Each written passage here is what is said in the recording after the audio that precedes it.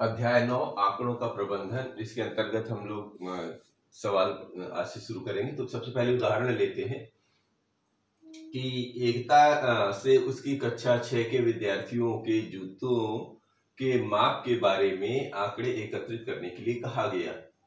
मिलान चिन्ह की सहायता से निम्नलिखित जानकारी दीजिए। तो ये जानकारियां कुछ उसने एकत्रित करी है इन जूतों के नाप की। अब उसमें जवाब ये देना है कि अधिकतम विद्यार्थियों द्वारा पहने जाने वाले जूते का नाप और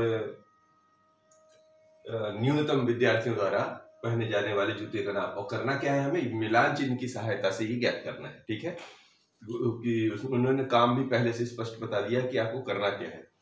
तो मिलान चिन्ह बनाने के लिए आपको एक सारणी बनानी पड़ती है। सारणी बिल्कुल इस तरह बना लेते हैं, ऐसा सारणी बना लेते हैं और थोड़ा पतला कर दें इसको, ऐसा।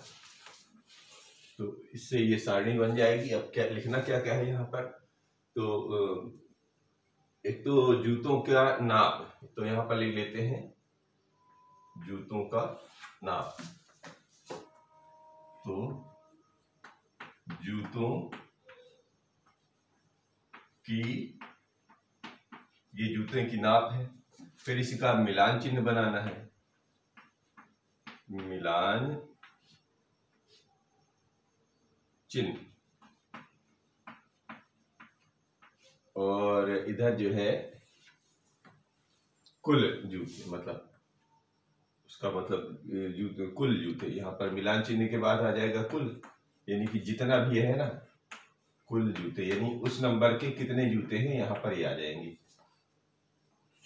अब ये देखो आपकी इस पे कौन कौन से नंबर है। 5 है, 4 है, 4, 5, 6, 7, 8 और कोई नहीं, बस इतने नंबर हैं। तो अब पहले यहाँ पर जूतों की नाप कौन कौन सी मिली आपको। 4 मिला है, 5 मिला है, 6 मिला है और 7 मिला है और 8। इतने प्रकार के जूते हैं हमारे पास। तो इन्हीं का नाप वहां दिया है, तो इन्हीं की संख्या लिखेंगे। चलिए ठीक है, तो ये बन गया, ये हमारी सारणी बन गई, मिलान चिन्ह की सारणी। अब शुरू करते हैं। पहला क्या है, जितने जो जहां आता जाएगा उसको मिलान चिन्ह बनाना। 5, तो 5 के सामने 1 लगा दिया, ये पूरा हो गया। 4 के सामने 1 बना लिया। 7 चाहे हाथ से काटते जाए चाहे नहीं भी, ऐसे हाथ रखते चले। 7, तो 7 के सामने 1 लगा लिया। 5 फिर आ गया है, फिर 1 लगा लिया। फिर 6 आया, 6 के सामने 1 लगा लिया।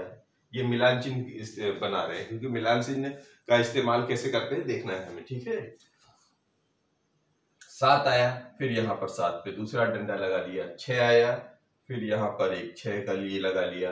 5 आ गया, ये 5 का 1 आ गया। फिर 6, तो 6 में फिर 1 आ गया। फिर 6 आ गया, तो 6 में जैसे ही 4 के बाद 5वां आता है तो ऐसे कर देते हैं, यानी ये वाला जो 6 ऐसे आएगा। ठीक है ना, तो फिर से गिनती कर लो। 5 कितनी बार आए थे, 1, 2, 3, कहीं में लगा दिए 5। फिर से चेक कर लेते हैं एक बार फिर से, कहीं गलती ना हो जाए, कहीं गलती से इधर उधर ना मिक्स हो जाए। देखिए 5 1 था, 4 1 है, 7 1 ये थे। ठीक है, 5, फिर ये 1 5, फिर 6, तो ये 6। ठीक है, 6 पहली बार आ गया था। 7, ये 7 दूसरी बार हो गया। ठीक है, 6 ये दूसरी बार हो गया। ठीक है, 5 ये तीसरी बार 5, फिर 6, फिर ये आ गया 6, फिर आया 6, तो ये 6, फिर आया 5, फिर 5 में 1 बार आया। ठीक है, फिर आया 4, तो ये 4, फिर 5, जैसे ये 5 आया इसको ऐसे कर देना है। फिर 6 आया, 6 इसको भी ऐसे कर दीजिए। 8 आ रहा है, 8 पहली बार आया है। 7 देखिए, 7 में कितने 1 बार और आया। फिर 4, ये 1 बार 4 आ गया। फिर 6, ये 6, फिर एक अगला आ गया। फिर 5 आ रहा है, 5 की जगह ये 1 बार अलग करिए इसको। 6 आया, 6 में फिर 1 और अलग करिए। 4 आया, तो 4 कहाँ, ये रहा, ये वाला 4 हाथ रख लीजिए जिससे गलती ना हो। 4 आया, फिर 6 आया, 6 ये इधर आया है ये वाला, तो 6 कहाँ जा रहा है, ये इधर गया। फिर आया है 5, ये 5, फिर 7 तो 7 में चले गए। फिर 6 आया, ये 6 इधर गया। फिर 7 आया, 7 में ये जैसे ही 7 आया तो ये 4 के बाद 5वें को ऐसे क्रॉस कर लेते हैं। फिर आ रहा है 5, तो ये 5 आ गया। फिर आया 7, तो 7 में फिर अलग से। फिर आया 6, तो ये हो गया। अब आया 4, तो ये ऐसा। 8 आया तो इसमें, और 7 आया तो इसमें। ठीक, अब कुल जूते कितने थे, जितने, देखिए ये वाला जो हो जाता है इसको 5 बोलते हैं। कैसे, 1 2 3 4 और ये चौथा 5वां हो जाता है। तो ये तो चौथा वाला कितने आ गए हैं, 5। 5 नंबर वाले कितने हैं, 5 और 3 8। तो यहाँ पर लिख देने, ये 8 बच्चों के जूते हैं। 6 में आया है 5 इधर 5 इधर, तो 6 नंबर वाले 10 जूते आ गए हैं। और 7 नंबर वाले 5 और 2 7, तो ये आ गया 7। और 8 नंबर वाले 2 हैं, तो ये 2 हो गया। तो अब आपको जो जवाब ये देना था कि अधिकतम विद्यार्थियों द्वारा पहनने वाले जूते का नाप। अधिकतम तो यहां से देखना है, अधिकतम कौन सा है, अधिकतम कितना है, इधर आंकड़ा 10, और 10 नंबर के सामने कौन सा आ रहा है, ये 6 नंबर वाला। तो अधिकतम विद्यार्थियों द्वारा पहने जाने वाले जूते का नाप क्या था, वो है 6। 6 के सामने ये 10 है ना, तो ये आ जाएगा जवाब 10। ये हमारा पहला जवाब। ऐसे ही इसको हल करना है। दूसरा प्रश्न ये कह रहा है कि न्यूनतम विद्यार्थियों द्वारा पहने जाने वाले जूते का नाप। न्यूनतम मतलब सबसे कम। और ये सबसे कम कितना है, देखो 2। 2 नंबर के सामने कौन सा नाप है, 8। तो 2 नंबर के सामने 8, तो इस वाले का जवाब हो जाएगा, न्यूनतम वाले का ये हो जाएगा, नाप बताना है 8। तो रुक जाइए, अधिकतम विद्यार्थियों द्वारा पहने जाने वाले जूते का नाप 6 है, यहाँ 10 नहीं है। 10 के सामने जो लिखा था वो लिखना है। जूते का नाप पूछ रहे हैं, विद्यार्थी नहीं पूछ रहे हैं। जूते का नाप है इसमें 6, और इधर वाले जूते का नाप है 8। यानी कि अब इसको देख के आप ऐसे जवाब दे दीजिए। देखिए, फिर से देख लीजिए।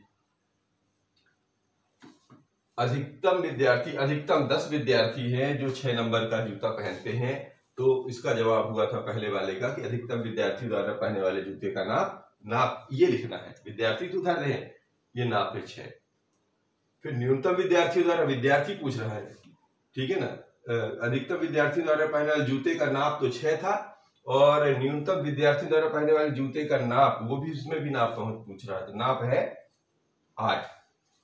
और यदि विद्यार्थियों की संख्या पूछ लेता कि अधिकतम विद्यार्थियों की संख्या बताओ जो 6 नंबर के जूते पहनते हैं, तो 6 नंबर के जूते 10 विद्यार्थी पहनते हैं। अगर इसको थोड़ा दूसरे तरीके से पूछ लिया है कि उन विद्यार्थियों की संख्या बताओ जो 8 नंबर के जूते पहनते हैं, तो 8 नंबर के जूते पहनने वाले विद्यार्थियों की संख्या 2, ऐसे बताना है।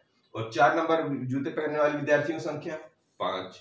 तो इधर या कुल जूते या विद्यार्थियों की संख्या, यहाँ पर ये क्या है, ये विद्यार्थियों की संख्या है।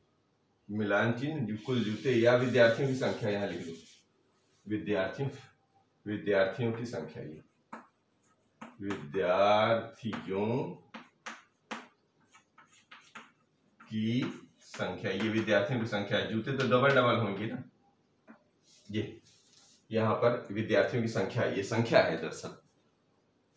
तो ये रहे जूते के नाप, ये उसके मिलान चिन्ह, ये विद्यार्थियों की संख्या। तो अगर कोई पूछे कुल कितने विद्यार्थी, तो इसको जोड़ देना है, 8 2 10 10 20 7 5 12 32। तो कुल विद्यार्थी आ जाएंगे 32, कुल 32। अगर ये भी जानना चाहेंगे कुल कितने विद्यार्थी हैं अभी, तो 32 विद्यार्थी हैं। तो इस तरह इसका जवाब देना पड़ता है। तो इसके बाद हम शुरू करते हैं प्रश्नावली को, ठीक है।